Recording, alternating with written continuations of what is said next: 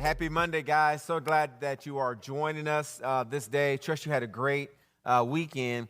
This week, I want to talk about God being with us. This over in Isaiah chapter 43. It says, "But now, O Jacob, listen to the Lord who created you. O Israel, the one who formed you, says, do not be afraid, for I have ransomed you. I have called you by name. You are mine." Verse 2 says, "When you go through deep waters, I will be with you. And when you go through rivers of difficulty, you will not drown. And when you walk through the fire of oppression, you will not be burned up. The flames will not consume you." One of the things I really want to point out to you, it does not say if.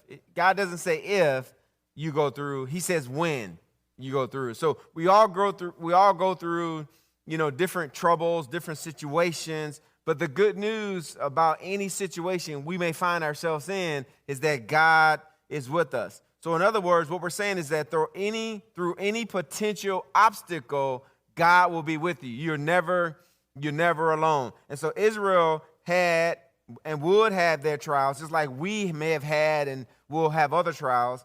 But we have ours also. But also trials are just inevitable. I mean, it's just part of life.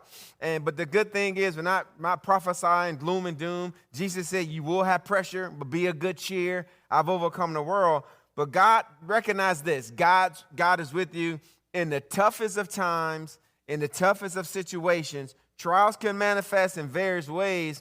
And sometimes we face waters. Sometimes we face rivers. And sometimes even fire.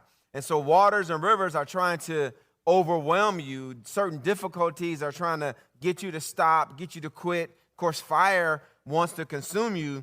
So let me listen to this. If you're feeling overwhelmed right now or consumed by this current season, please declare this: God is with me. Come on, pause, whatever you're doing, just stop and say, God is with me.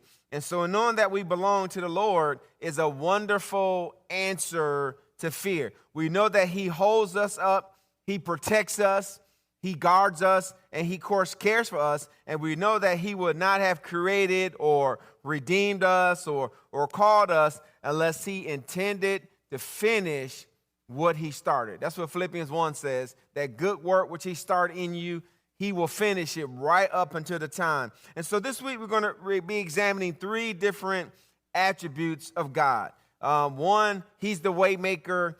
Two, He's the chain breaker. And three, He is the caretaker. So let's look at the way maker over in Isaiah 43, verses 18 through 19. He says, "I am the Lord who opened a way through the waters, making a dry path through the sea."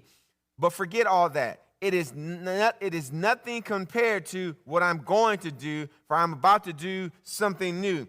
See, I've already begun. Do you not see it? I will make a pathway through the wilderness. I will create rivers in the dry wasteland.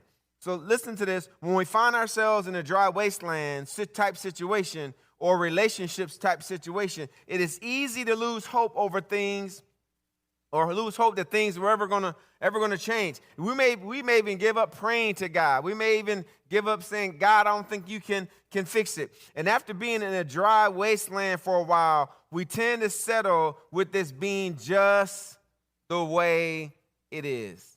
It's just this is how it is. And so God is not satisfied with the just the way it is concept. God is not satisfied with the just the way it is mentality. God is the way maker. So God said in this passage, I'm about to do something new. He's about to create a river where for years you may even had just a puddle. So the first aspect we're going to look at today is God is the way maker. Look forward to touching base onto the other areas this week with you. Have a great Monday.